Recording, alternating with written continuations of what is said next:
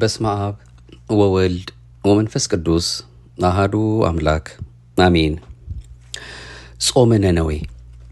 ጾሙ በከተማዋ መሰየሙ የነነዌ ሰዎች የእግዚአብሔርን ምሕረትና ይቅርታ ፈልገው ሁሉም በአንድነት የሚጠቡ ሕፃናትና እንስሳትም ጭምር የጾሙት ጾም ስለሆነ ነው። ጾመ ነነዌ ለ3 ዕለታት ይጾማል፤ ሰኞ፣ ማክሰኞ፣ ረቡዕ። ይህም በመባጃ ሐምር ከፍና ዝቅ ስለሚል ቁጥሩ ከአጽዋማት አዋዲያት ነው። አንድ ጊዜ በጥር አንድ ጊዜ በየካቲት ይሆናል። ስለሆነም ጾመ ነነዌ የሚጀምርበት ቀን ከጥር 17 አይወርድም ወይም ከየካቲት 21 አይወጣም። 3 ቀን መሆኑ ነቢዩ ዮናስ 3 መዓልትና ሌሊት በአሳ አንበሪ ሆድ መቆየቱን ለማስታወስ ነው። ይህም ለትንሣኤ ክርስቶስ ምሳሌ ነው። መድህን ክርስቶስም 3 መዓልት 3 ሌሊት በከርሰ መቃብር አድሮ የሞትን ኃይል ሽሮ በሕቱም መቃብር ተነስቷልና ይህንን ጾም በመጾም በኃጢአታችን ምክንያት ያጣነውን ሰላም በንስሐ መልሰን ለማግኘት እንችላለን። ነቢዩ ዮናስን መርከበኞቹ ወደ ባህር በጣሉት ጊዜ መርከቧ ከመናወጥ እንደዳነች ሰላምም እንዳገኘች ሁሉ እኛም ኃጢአታችንን በፍጹም መጸጸትና በተሰበረ ልብ ከሕይወታችን መርከብ ብናራግፍ ከተማችን፣ ሀገራችን በፍጹም ሰላም ትጠበቃለች።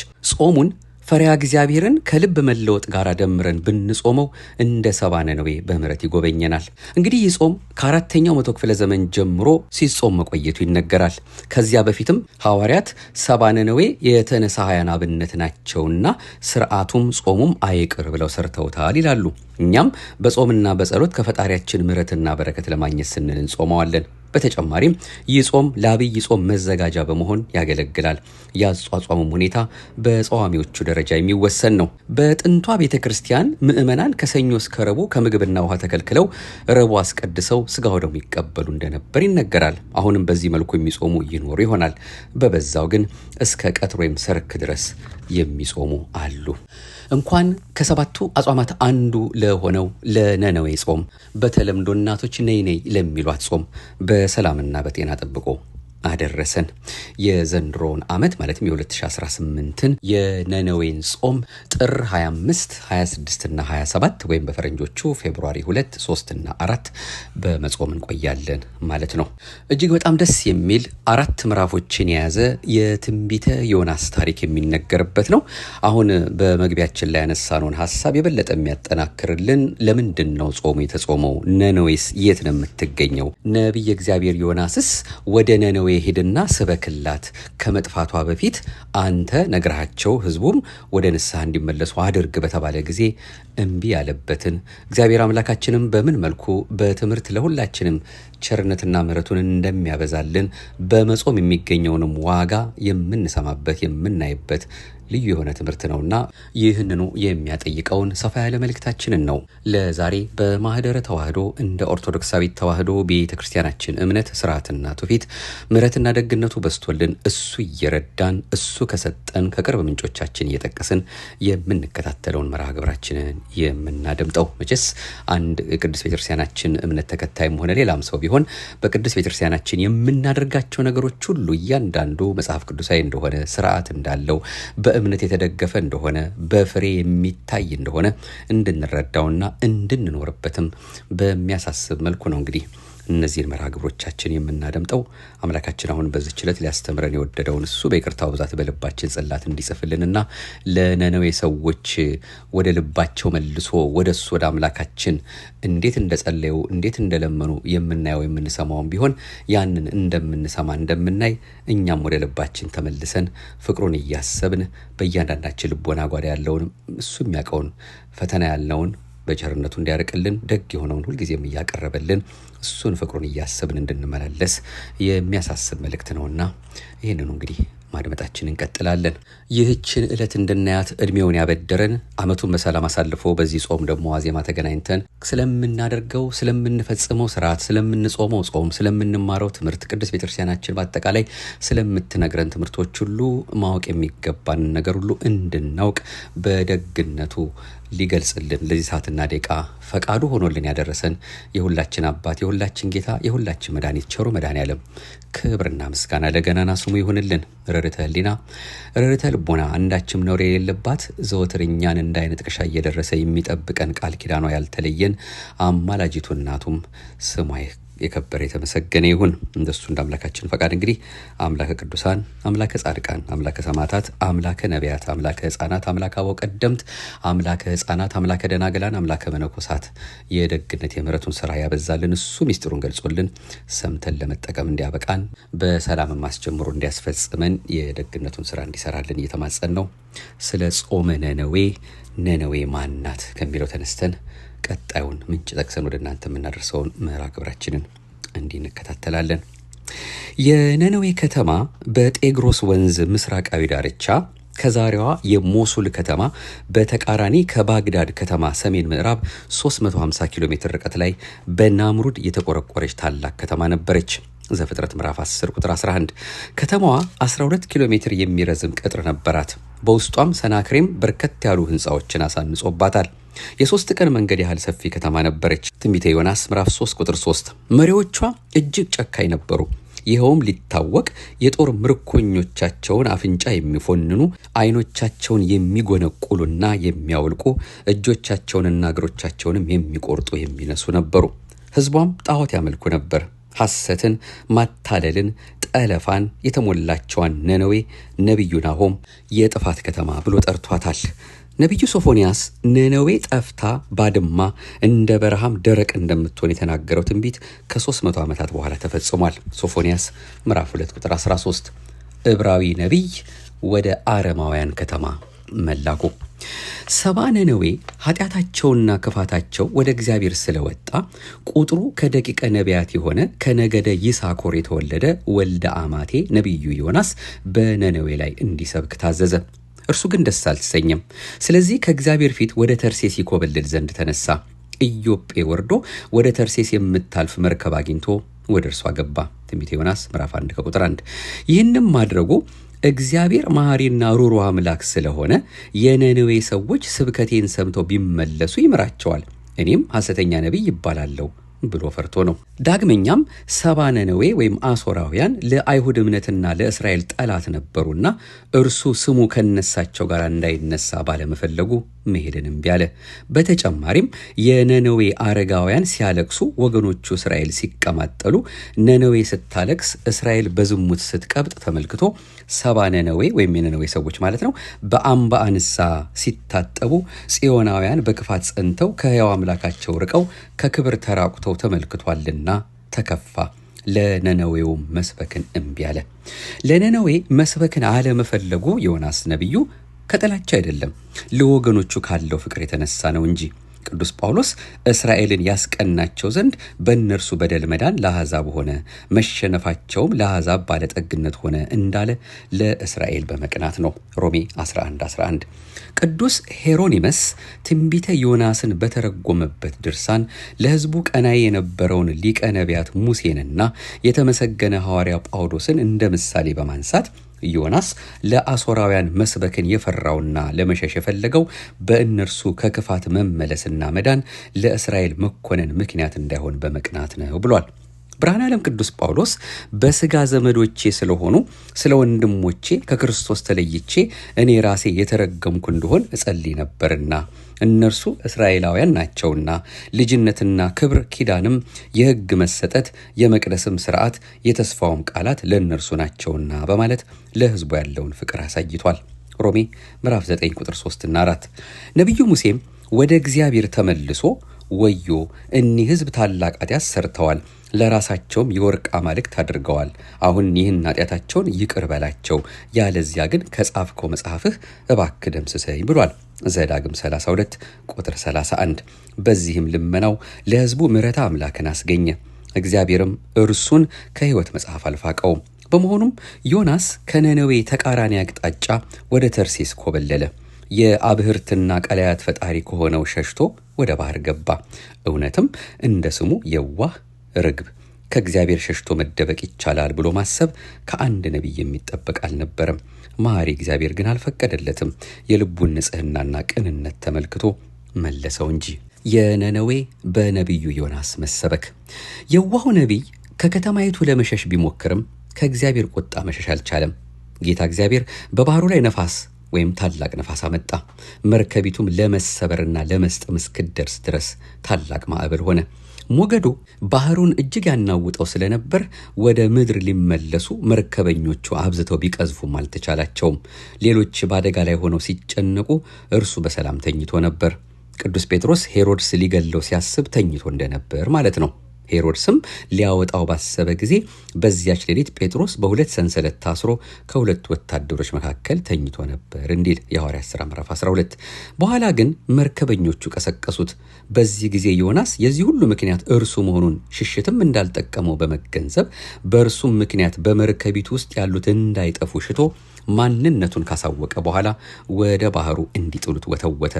ቅዱስ ዮሐንስ አፈወርቅ ኃጢአት ባለበት ፈተና እንዳለ አለመታዘዝ ባለበትም ሞገዶች እንደሚበዙ ይታወቅ ዘንድ ዮናስ ወደ መርከቢቱ በገባ ጊዜ እግዚአብሔር ወዲያው የባህር ማዕበልን አስነሳ።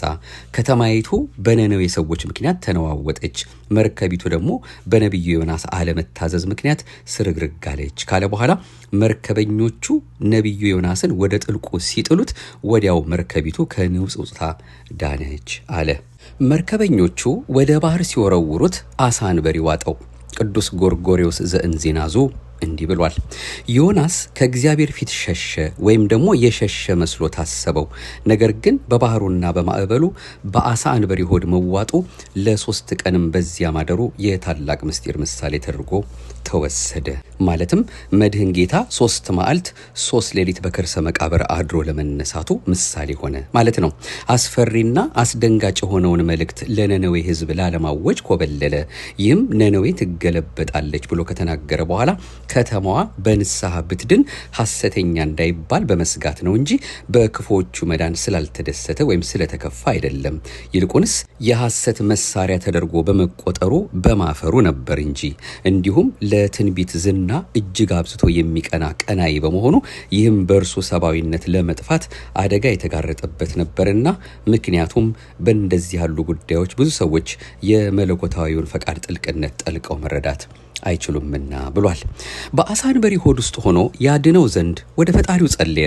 መሐሪ እግዚአብሔርም አሳ አንበሪው ወደ ደረቁ መሬት ወስዶ እንዲተፋው አዘዘው። መርከበኞቹ፣ ባህሩ፣ አሳ አንበሪው ሁሉም ያደረጉትን ቸርነት ከተመለከተ በኋላ የተሰጠውን ትእዛዝ ተቀብሎ ለመስበክ ወደ ከተማዋ አመራ። የከተማዋን 1/3 ያህል ብቻ ከተጓዘ በኋላም ስብከቱን ጀመረ። 70 ነነዌ እግዚአብሔርን የማያውቁ አሕዛብ ናቸው። ነገር ግን ዮናስ አስደንጋጭ ተስፋ አስቆራጭ ስብከት እንጂ ለስለስ ያለ እግዚአብሔርን እንዲያውቁ የሚያደርጋቸው አጥንት የሚያረሰርስ ልብን የሚያለዝብና ደስ የሚያሰኝ ትምህርት አልሰጣቸውም። ነነዌ በ3 ቀን ውስጥ ትገለበጣለች በማለት ጮኸ እንጂ በክፎች አሕዛብ መካከል ተገኝቶ እንደ ሰይፍ የሚቆራረጥ አጥንትን ከጅማት የሚለያይ ስብከት ሰበከ።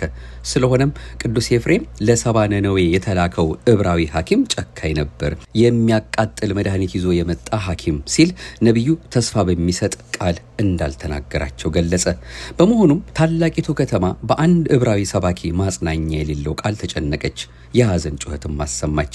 በግድ ከባህር ተገፍቶ በመጣ ዮናስ በሚሉት ዕብራዊ ትጠፋላችሁ የሚል ቃል ሰምታ ከተማዋ በሐዘን ደመና ተከባ በሞት ጥላ ስር ሆና በፍርሃት ተናጠች።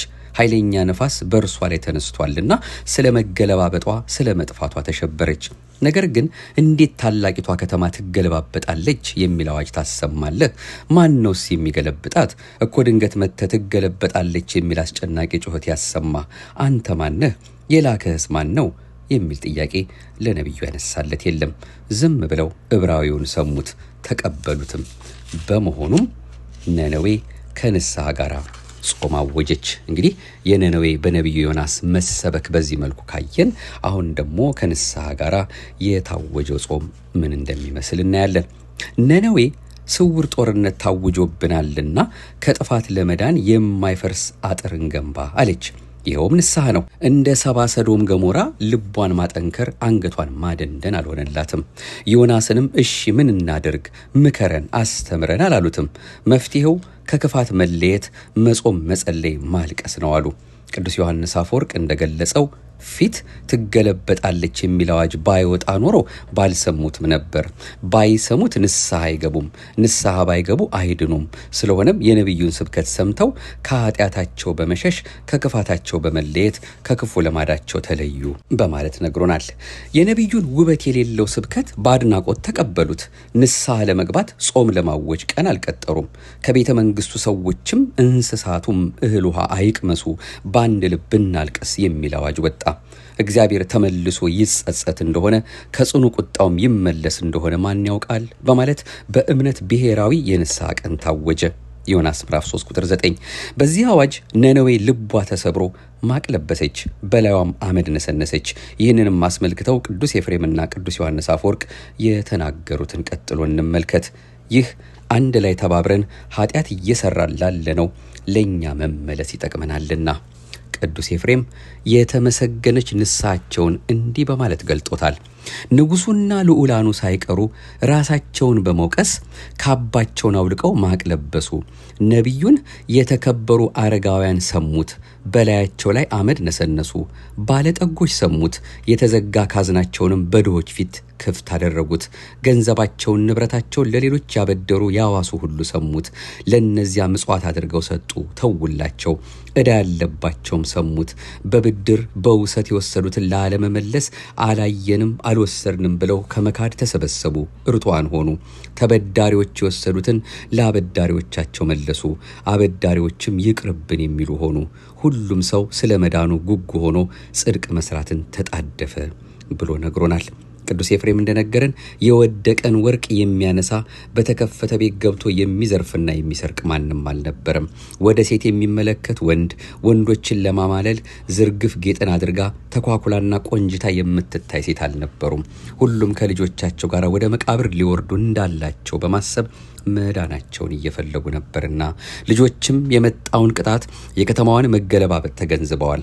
እንዲያም ስለሆነ በቅዱስ ኤፍሬም ትምህርት 70 ነነዌ ከአብርሃም ጋር ተነጻጽረው ቀርበዋል። አብርሃምን ልጁ ይስሐቅ ሁሉ ነገር ተሰናድቷል፣ የመስዋዕቱ በግ ወዴት አለ በማለት ሲጠይቀው የተጨነቀው መጨነቅ በነነዌ ሰዎች መደገሙን ገልጿል። ቅዱስ ዮሐንስ አፈወርቅም እንዲህ አለ። ማን ያውቃል? የክስተቱ ፍጻሜ ምን እንደሆነ አያውቁም። ንስሐ ከመግባት ግን ቸል አላሉም። እግዚአብሔር ምሕረቱን በምን መንገድ እንደሚሰጥ አያውቁም።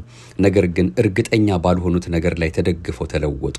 የነነዌ ሰዎች ሌሎች ሰዎች ንስሐ ሲገቡና ሲድኑ አላዩም። ተግሳጻቸውን አልሰሙም። እግዚአብሔር ከቁጣው በንስሐ ሊመለስ እንደሚችል እርግጠኞች አልነበሩም። የተነገራቸው የማስፈራሪያ ኃይለ ቃል ይህን አይመለከትምና ይልቁንስ በጥርጣሬ ውስጥ ነበሩ፣ ያመነቱ ነበሩ። እንዲህም ሆነው ግን በትጋት ሁሉም ንስሐ ገቡ ብሏል። ቅዱስ ኤፍሬም የንጉሱን ቁርጠኝነት የንስሐውንም ከፍታ መናገሩን ቸል ያለው አይደለም። ጾምም እኮ የታወጀው ከቤተ መንግስት ነው። ንጉሱ ማልዶ መብላትን መተውም በዚህ ታውቋል። ይህም ነነዌን የታደልሽ ከተማ ያሰኛታል። አንባቢ ያስተውል። እኛ የት ነው ያለነው? ምህላ ጾም ጸሎት የምትሉት ምን ተገኘና ነው? ስለምን ታሟርታላችሁ ያሉ የሉምን? ጠቢቡ ሰለሞን ንጉስሽ ሕፃን የሆነ መኳንንቶችሽም ማልደው የሚበሉ አንቺ አገር ሆይ ወዮልሽ፣ ንጉስሽ የከበረ ልጅ የሆነ ለብርታት እንጂ ለስካር አይደለ በጊዜ የሚበሉ መኳንንት ያሉሽ አንቺ አገር ሆይ የተመሰገንሽ ነሽ ያለውን እንመርምር። መክብብ ምዕራፍ 10። ከዚያም እናልቅስ። ያን ጊዜ የተነገረው የጥፋት አዋጅ ይመለሳል።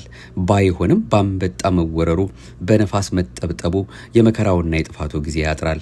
የነነዌ ንጉሥ በጥልቅ ንስሐው ነቢዩ ዳዊትን መሰለው። ከተሳሳተ መንገዱ ተመልሶ ንስሐ በመግባት ማለዳ የመብላት ልምዱን ትቶ ለሕዝቡ ከክፋት መመለስና ንስሐ መግባት ምሳሌ ሆነ። እርሱ ጹሙ ብሎ በጾም ጨውነት ክፉ ጠባዩን አጣፍጦ ሕዝቡ ይህን ደገኛ መንገድ እንዲከተል አደረገ። ቅዱስ ኤፍሬም እንደነገረን ንጉሱ ለግርማዊነቱ የሚመጥነውን ሰረገላ ትቶ ከተማዋን በእግሩ እየተዘዋወረ ጎበኘ። ለንስሐ ያነቃቸው ዘንድ ሽቶ ወደ ሕዝቡ ተጣራ። ንጉሱ ያለ ወትሮ ያለ አጃቢ ብቻውን በከተማዋ አደባባዮችና መንገዶች ተመላለሰ። በግርማው አይደለ በትህትና ተራመደ። ይህንም ማድረጉ የመፍረስ አደጋ የተጋረጠባትን ከተማ ለመገንባት ከጥፋት ለመታደግ ሽቶ ነው። በከተማ መንገዶች ሁሉ በትርምስ ፈንታ ሰላም ጸጥታን አሰፈነ ብሎናል። ሊቁ የመጣውን ቅጣት 7 ትካትን ካሰጠመው ማየ አይ የጻድቁ ኢዮብንም ልጆች ከወሰደው ጥፋት ጋር በማነጻጸር ተናገረ። ነቢዩ ዮናስ እንደ ኖህ የንስሐ ጊዜ አልሰጣቸውም።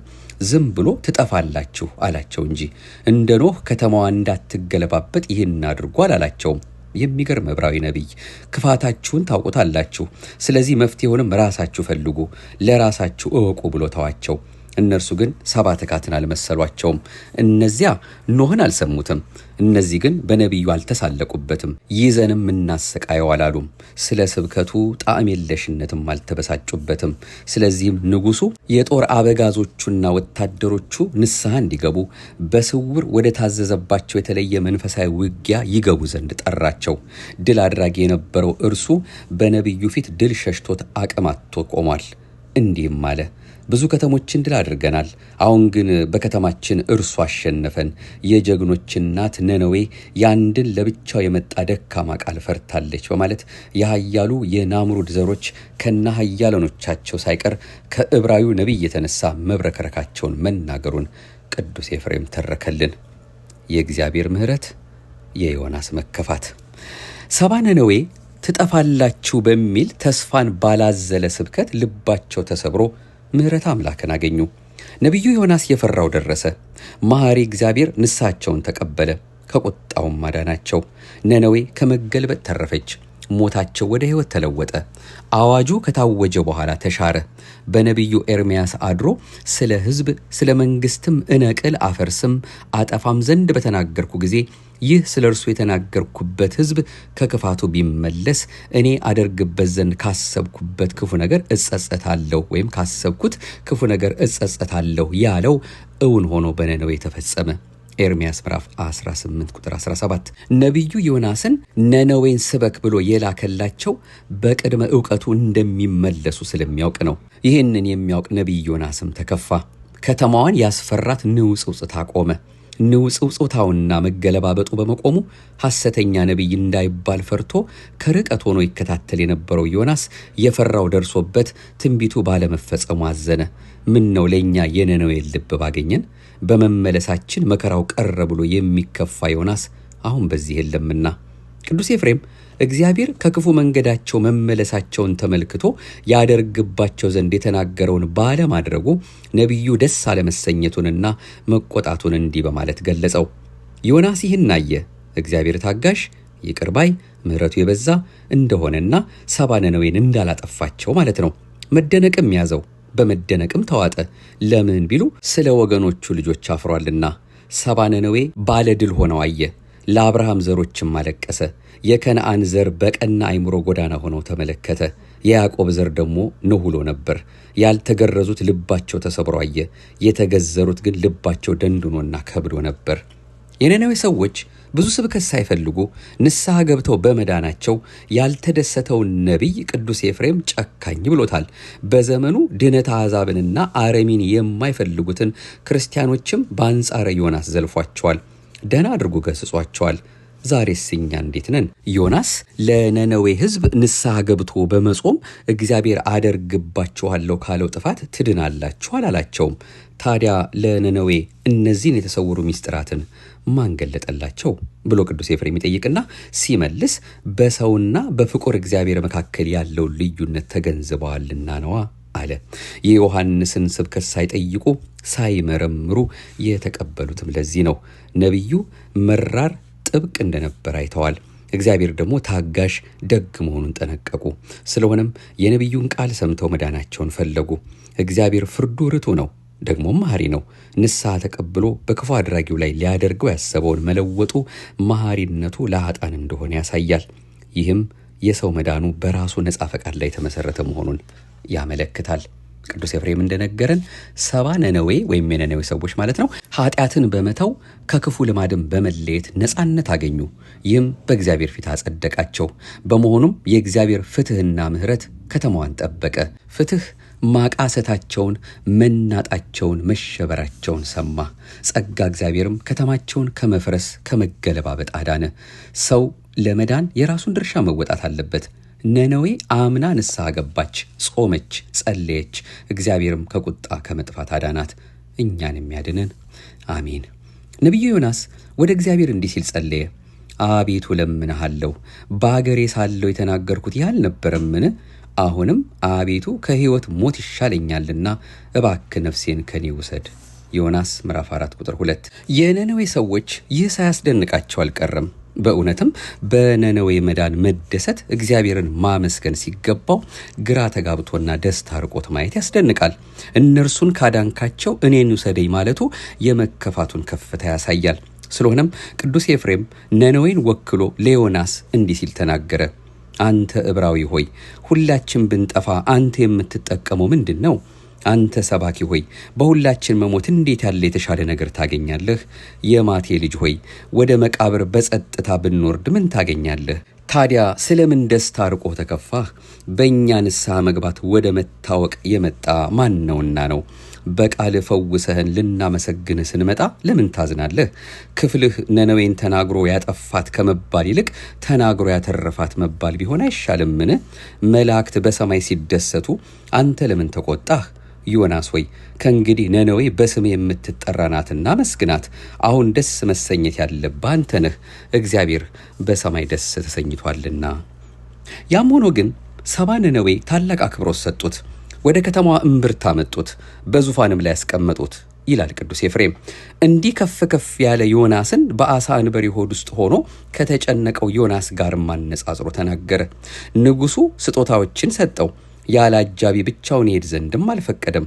እርሱ ቅሉ የተስፋይቱን ምድር ለማየት የጓጉትን እነዚያን የሚሸኙትን ሰዎች ያልተገዘሩ አረማውያን ሊሳተፉበት ወይም በዚያ ሊገኙ የማይፈቀድላቸውን ታላቅ በዓል የእስራኤል ልጆች እያከበሩ ስለሆነ ወደዚያች አትሻገሩም ሲል ከለከላቸው። ምክንያቱ ግን የእስራኤልን ክፉ ሥራ በተራራ ላይ ያሉ የጣዖት መስገጃዎችን እንዳያዩ ፈርቶ ነበር። እነርሱ ግን ለማየት ጓጉተዋልና ከፍ ወዳለ ተራራ ወጡ። ሙሴ ከደብረ ናባው በርቀት እንደተሳለማት ዘዳግም 34 በርቀት ሆነው ሊሳለሟት ሽተው ያዩት ነገር ግን አስደነገጣቸው። ተወዳጆች ሆይ ዛሬ በኢትዮጵያችን እየታየ ያለውን በማስተዋል መርምር። በፍርሃት ተሞልተው ይህች የተስፋይቱ ምድር ናት ወይስ ሰዶምን እያሰላሰልን ነው? ይህች የአብርሃም ዘር ናት ወይስ ስጋ ወደ ለበሱ አጋንንት እየተመለከትን ነው? እነዚህ የምናያቸው ሰዎች ናቸው ወይስ ደካማ ጥላዎች? እኛ ያፈራረስናቸው የጣዖት መሰዊያዎች ክንፍ አውጥተው ወደዚያ በረሩን አሉ። ወደ ሀገራቸውም ተመለሱ። ለዮናስ ያላቸውን ጥልቅ አክብሮት ግን ገለጹለት። የተመሰገነ ነቢይ እንደሆነም በመልካም ተናገሩለት እንዳለ ሰባ ነነዌና እኛ የሚለው የነገራችን ሁሉ ማካተቻ እኛን የሚመለከተው ቁም ነገራችን ነው። አሁን የምንመለከተው ነነዌ ክፋቷን በመተዋ ከንውጽውጽታ ከጥፋት እንደዳነች እኛም ንስሐ ብንገባ ከኃጢአትና ከክፋት ብንለይ ሀገራችን በሁከት እርስ በርስ በመናከስ ተገለባብጣ ከመጥፋት ትድናለች። ቅዱስ ኤፍሬምም ክርስቲያን ሊኖረው ከሚገባው መዓዛ ምግባርና የቀና አኗኗር በዘመኑ የነበሩት ክርስቲያኖች እየተጓዙበት የነበረውን የተንጋደደ ሕይወት በንጽጽር ከገለጸ በኋላ ሕዝቡን ለንስሐ ጠርቷል። እኛ ብዙ በድለናል።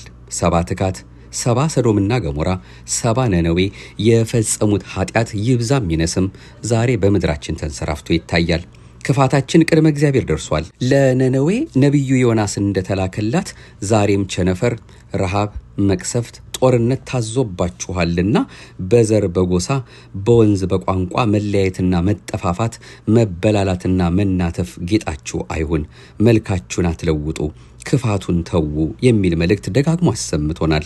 ብንመለስ መተላለፋችንን እንደሚያስተሰርይልን በድለናል ይቅር በለን ብንለው የቀደመ ኃጢአታችንን አስወግዶ እንደሚያከብረን በኢሳይያስ ነቢይ አድሮ ነግሮናል። ኢሳይያስ 43 የነነዌ ሕዝብ ብዙ ስብከት ሳይፈልጉ ትጠፋላችሁ በሚል ቃል ብቻ ልቦናቸው ተሰብሮ ራሳቸውን ከሞት ከተማቸውንም በእሳት ተቃጥላ ከመጥፋት አዳኑ። የኛም መኖሪያችን ሀገራችን ታምራለች፣ በቃል ኪዳንም የከበረች ናት። ለድንግል ማርያም አስራት ሆና የተሰጠች መክበበ ሰማዕት ቅዱስ ጊዮርጊስ ገበዝ ሆኖ እንዲመራት የተሰጠችው የተሰጣት ውብ ሀገር። እኛ ግን መልካችን ወይቧል። ተመላልሶ በተነገረን በተማርነው ቃል እግዚአብሔር ጆሮአችን ሰብቷል፣ አንደበታችንም ስሏል። ልቦናችን ግን እንደ አለት ድንጋይ ጠንክሯል። ልበደንዳናነት መታወቂያችን ሆኗል። ከክፋት ለመለየት ኃጢአትን ለመተው የተሰበረ ልብ እንጂ በእውቀት መሞላት እንደማያስፈልግ ከነነዌ ተምረናል። እምቢ ስንል አምላካችን ይቀጣናል፣ ቅጣቱም ለጥቅማችን ነው፣ በዘላለም ቸርነት ሊምረን ነው። ኢሳይያስ 55 ሰባ ነነዌን በአንድ ስብከት አስፈርቶ ገስጾ አሳምኖ ወደ በጎ ሕሊና የመለሳቸው ዮናስ በመዳናቸው ግን ደስ አልተሰኘም። ተቆጥቶም ከከተማ ወጥቶ ተቀመጠ። እግዚአብሔርም አዘነበት። ዮናስ ጥቂት ቃላትን ብቻ በመናገር ሁሉንም ወደ ንስሐ መለሳቸው፣ ከአደጋም ጠበቃቸው። እርሱ ግን ባለመጥፋታቸው ታመመ። ዛሬም እንደ ዮናስ የሚከፉ ይኖር ይሆናል። ቅዱስ ዮሐንስ አፈወርቅ የበሽታ ምንጭ የሆነውን ኃጢአትህን አርቅ ሲል መክሮናል። ሊቁ ቁጣውን በምህረት እንዲመልስላችሁ ክፉ ልማዳችሁን ተዉ፣ ስለ በደላችሁ አልቅሱ፣ ሕይወታችሁን አስተካክሉ፣ መከራ ታዞባችኋልና ተመለሱ፣ ንስሐ ግቡ የሚል አዋጅ ለአያሌ ቀናት፣ ወራት፣ ዓመታት የሰማችሁ ስትሆኑ ጆሮ ዳባ ብላችሁ አትቀመጡ አለን።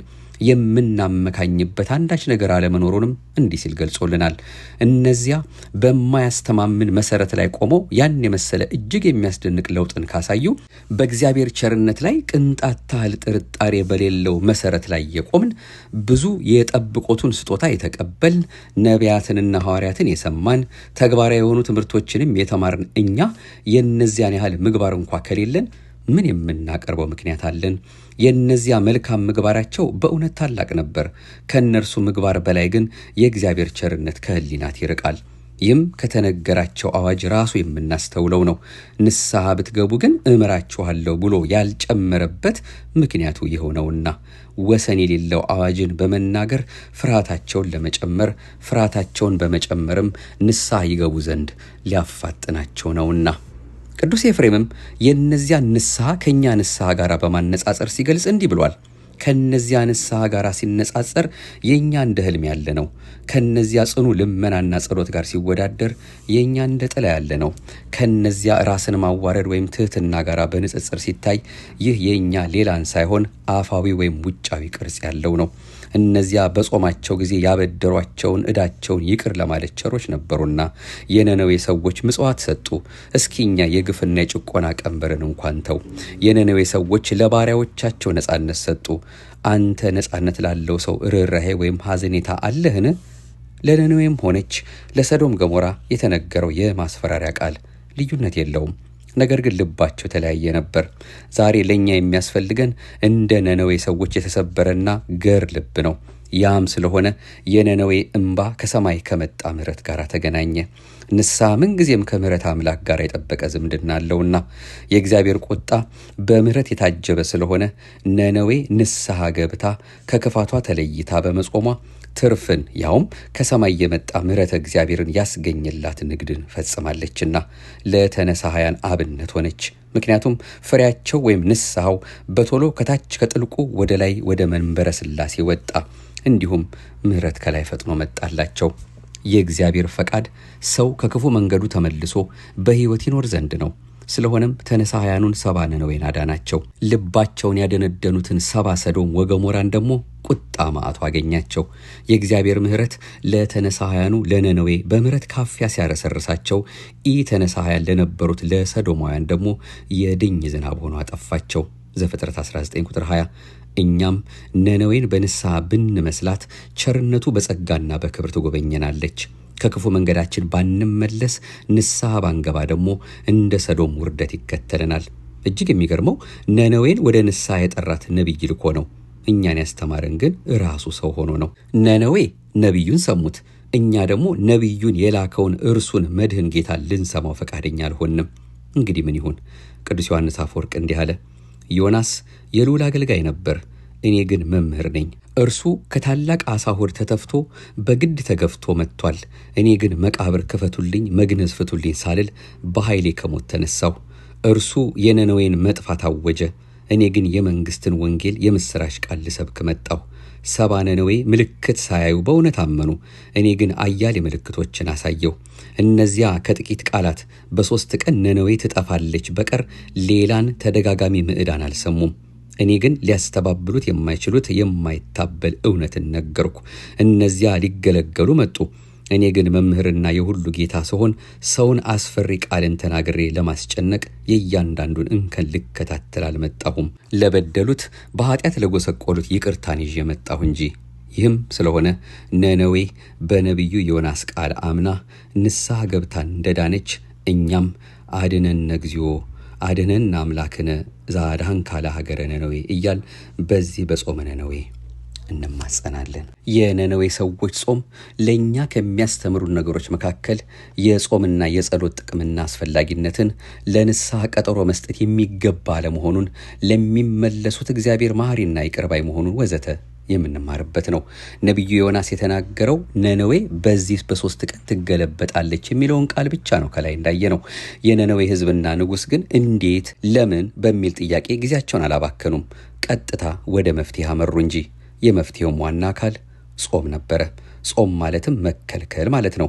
መከልከልም ሲባል ከእህልና ከውሃ ብቻ አይደለም፣ ከክፉ ነገሮች ሁሉ ነው እንጂ። የነነዌ ሰዎች የሚያደርጉት ይህን ነው። እጃቸውን ከክፉ ስራዎች፣ እግራቸውን ወደ ኃጢአት መንደር ከመሄድ፣ ዓይናቸውን ክፉ ነገር ከማየት፣ ጆሮአቸውን ክፉ ወሬ ከመስማት ከልክለው የቤታቸውን ደጅ ዘግተው ነበር የጾሙት። ቤተ ክርስቲያናችንም ጾም ብላ የምታስተምረን ይህንን ነው። ይህንን ጾም ዛሬ ስንጾም አንዳንዶች ይተቹናል። ለትችታቸውም ምክንያቱ የነነዌ ሰዎች ከመጣባቸው መከራ ለመዳን ጾሙ እኛን ምን አገባን አይነት አባባል ነው የሚያቀርቡት። ለመሆኑ የነነዌ ጾም ለእኛ የማያስፈልገን ከሆነ ለምን ተጻፈ? ቅዱስ ጳውሎስስ ለምን የተጻፈ ሁሉ ለምክርና ተግሳጽ ተጻፈ ብሎ ተናገረ? እኛስ ከነነዌ ሰዎች የበለጠ ኃጢአት አልሰራንምና ነው? ወይስ ዛሬም እንደ ነነዌ ሰዎች ነቢዩ ዮናስ እስኪላክልን መጠበቅ አለብን? ለመሆኑ ጾሙ የተጎዳ ማን አለና ነው መጾማችን የምንተቸው? ያለ መጎዳት ብቻም አይደለም፣ ጾሙ መሻቱን ያላገኘ ሰው ማን አለ? ኤልያስ ወይስ ሙሴ ወይስ መርዶኪዎስ አሊያስ ነህምያ? መልሱን ይህንን ጾም ለሚቃወሙ ሁሉ እንተዋዋለን። እግዚአብሔር አምላካችን የሰማነውን በእያንዳንዳችን ልቦና ጽላት ይጻፍልን።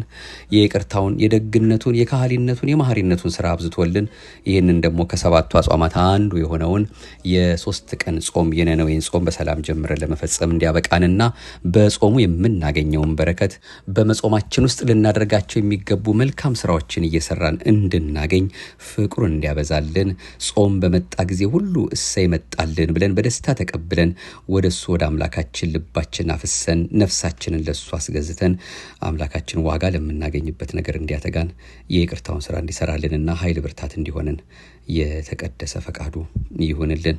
አሁንም ሀገራችንን በተለያየ መልኩ እየፈተናት ያለውን ፈታኝ እግሩን በእግር ብረት እጁን በሰንሰለት አፉን በልጓም ብረት በእናቱ በመብርሃን ባዛኝቱ በቃል ኪዳኗ እንዲያስርልን የቸርነቱን ስራ እንዲሰራልንና መልካሙን ደጉን ጊዜ እንዲያቀርብልን የእሱ የፍቅር አምላክ የመድኃኔዓለም የተቀደሰ ፈቃዱ ይሁንልን። የሁላችንንም መጨረሻ አምላካችን በቸርነቱ በደግነቱ በካህሊነቱ በመሐሪነቱ በሰው አይምሮ ሲታሰብ ይህ ነው ተብሎ ሊዘረዘር ሊነገር በማይቻለው አባታዊ ፍቅሩ እንዲያሳምርልንና ቀሪ ዘመናችንን ባርኮልን ለደገኛው ክብር እንዲያበቃን ፈቃዱ ከሁላችን ጋር ይሁንልን። እንግዲህ በዚህ መልኩ ነው ጾምን ስንጾም በውስጡ ያለውን ትምህርት እየተማርን የምንረዳው ማለት ነው። ትንቢተ ዮናስ መጽሐፍ ቅዱሳችን ላይ 4 ምዕራፍ ነው። አንድ አፍታ አንድ ቁጭ ብትሉ እግዚአብሔር ሚስጥሩን ግለጽልኝ እያልን ብናነበው በዚህ በጾሙ ጊዜ የበለጠ ግልጽ የሚሆንልን ነገር እዛው ላይ ስላለ አሁን የተነጋገርንበትን የበለጠ የሚያጠናክርልን ራሱ መጽሐፍ ቅዱስ ላይ ያለውን ነገር እያነበብን ልንረዳው እንችላለን። እኛም ይህንኑ ቀድተን ከዚህ ቀደም ወደ እናንተ አድርሰናል። ፕሌሊስት ብላችሁ ወደ ኋላ ብትፈልጉት ልታገኙ ትችላላችሁ። የመጽሐፍ ቅዱስ ንባባት ብለን በአንድ ላይ ባስቀመጥነው መርሃ ግብራችን ይቆየን። አቤቱ አንተን መፍራትን በልቦናችን በጎ አምልኮትህንም በህሊናችን ጨምር።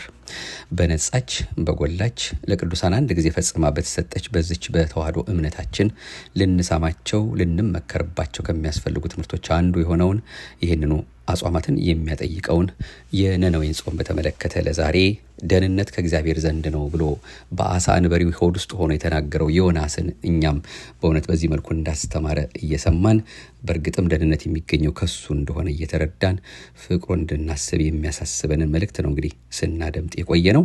ያው ከ15 ቀን በኋላ ደግሞ የዋናውን ጌታችን ራሱ የጾመውን ጾም አብይ ጾምን ስለምንቀበል ከዚያ ጋር በተያያዘ በየዓመቱ እንደምናስታውሳችሁ ስለ ጾም ጥቅም ብዙ ነገሮችን በጊዜው ጊዜ እንነጋገርበታለን።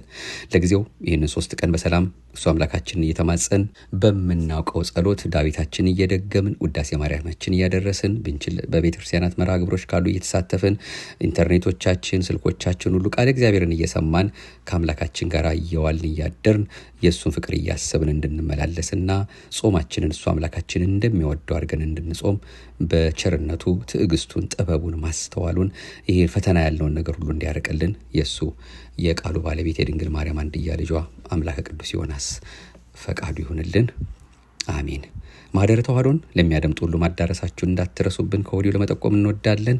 ምናልባትም እየሰማችሁ ሰብስክራይብ ያላደረጋችሁ ካላችሁም ያው በየጊዜው የምናወጣቸው መርሃ ግብሮቻችንን በዚህ መልኩ እንድትከታተሉ ሰብስክራይብ ብታደርጉ ብዙ ተጠቀሙበታላችሁ ብለን ተስፋ በማድረግ ነው እንግዲህ ይሄንን ጠቆም የምናደርጋችሁ። ምናልባት አንዳንድ ጊዜ መርሃ ግብራችን ረዘም ቢልም መልእክቱን በሙሉ ለማዳረስ ካለን ጉጉት የተነሳ ነውና እናንተም ታግሳችሁ ሰምታችሁ የሰማሁትን በልቦናዬ ጽላት ጻፍልኝ እያለን እንድንከታተለው ያስፈልገናል። ክብር ምስጋና ይሁን ለአብ፣ ክብር ምስጋና ይሁን ለወልድ፣ ክብር ምስጋና ይሁን ለመንፈስ ቅዱስ ዛሬም ዘወትርም ለዘላለሙ አሜን። መልካም ጾም ለሁላችንም ይሁንልን። ዲያቆን ጥበበ ማሞ ነበርኩኝ። ይሄን መርሃ ግብር ወደ እናንተ ያደረስኩት ጾምና ምጽዋት ክልስትም በ2012 ዓመተ ምህረት በመምህር ቃኘው ወልዴ ተጽፎ ከነበረው መጽሐፍና ሰባቱ አጽዋማት ጾም ለምን እንዴት መቼ ከተባለው መጽሐፍ አግኝተን ነው ይሄን መልእክት ወደ እናንተ ያመጣ ነው። የህይወትን ቃል መድኃኔዓለም ኢየሱስ ክርስቶስ ጽፈው ደጉ ሰው ለሰጡን ሁሉ ይስጥልን። በእድሜ በጸጋ መድኃኔዓለም ይጠብቅልን። አሜን። ይቆየን።